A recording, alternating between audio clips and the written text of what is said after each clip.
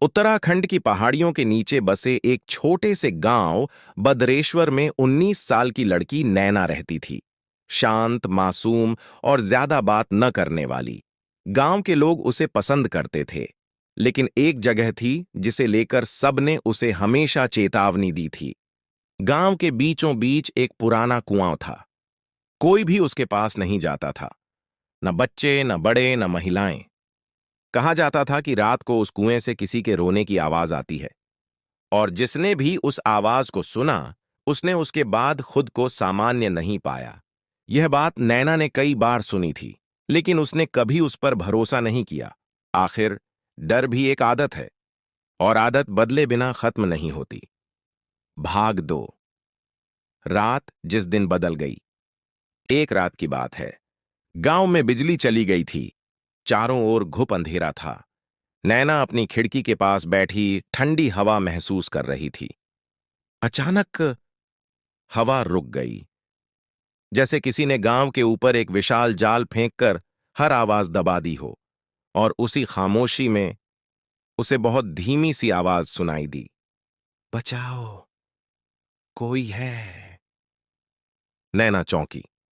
खिड़की के बाहर अंधेरा था, लेकिन आवाज साफ थी। वह आवाज कुएं की दिशा से आ रही थी। पहले तो उसने सोचा यह उसका वहम है, लेकिन फिर आवाज दोबारा आई, इस बार थोड़ी ज्यादा साफ। पानी दे दो।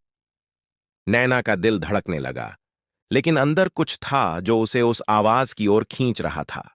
वह उठा, धीमे धीमे घर से बाहर निकली। रात 12 बजे। चांद बादलों में छुपा था। हवा फिर से चलने लगी थी, लेकिन इस बार ठंडी नहीं, बिल्कुल बर्फ जैसी। नैना कुएं के पास पहुंची। भाग 3। कुएं के किनारे कुआं। पुराना। उसके आसपास टूटी ईंटें और ऊपर जमी पुरानी राख। नैना ने कुएं में झांक कर देखा। काला अंधेरा, कुछ भी नहीं। वह लौटने लगी। तभी आवाज आई, रुक जाओ। नैना जम गई। उसका शरीर कांप गया, लेकिन आवाज अब बहुत मुलायम थी, जैसे कोई बहुत थका हुआ, बहुत अकेला हो। मैं यहां हूं। नैना धीरे से बोली। कौन? कुछ पल की चुप्पी। फिर धीरे धीरे पानी की सतह में एक चेहरा उभरने लगा। वह चेहरा एक लड़की का था। ठंडी आंखें, करीब 18 से 19 साल, भीगी लटें चेहरे से चिपकी हुई। वह बोली, मैं मर गई, लेकिन